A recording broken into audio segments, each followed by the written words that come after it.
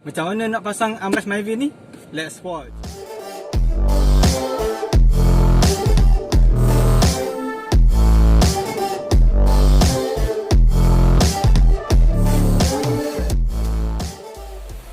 Armrest Myvi.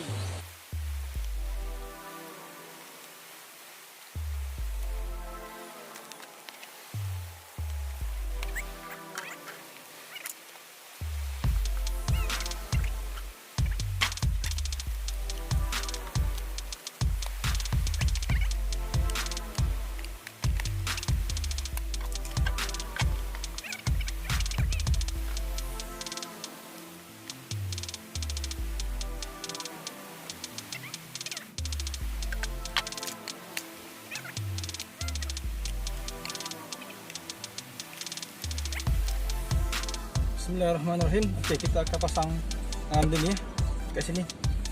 Armrest Myvi Myvi ni. Yang ni. Okey. Kat sini satu. Sini satu. Sini satu. Dan sini. Itu masuk ya.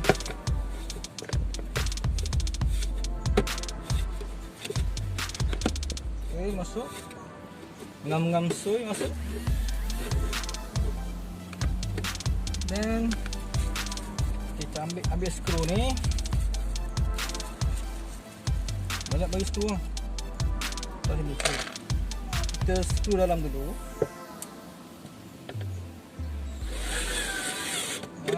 Boleh. Betul.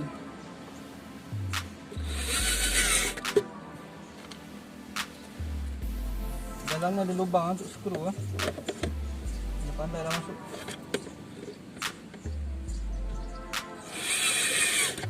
Okey.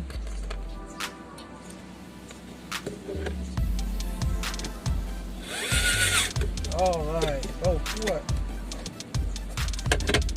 And tutup. Okey, satu.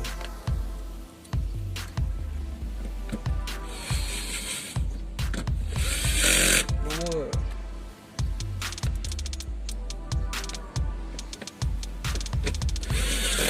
Tiga.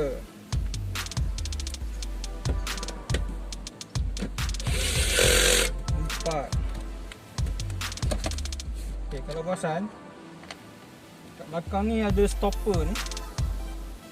Stopper ni letak sini ni. Untuk mengelakkan armrest ni bergerak. So ni masuk sini. Okey. Lepas tu ambil ni letak sini ya.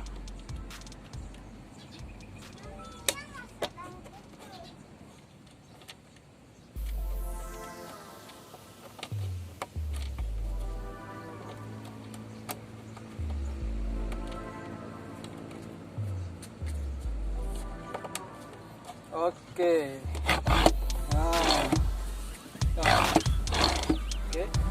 Okey, kita ambil power supply dari sini. Okey, lepas tu pergi dekat armrest. Okey. Sudah siap armrest kita. Ada lampu. Okey, ni lampu belakang.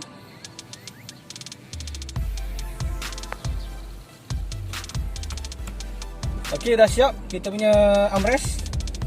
Satu, dua. Di bawah ni boleh letak smartphone, boleh letak barang. Ni tu boleh extend. Ni boleh adjust depan, belakang. Okey.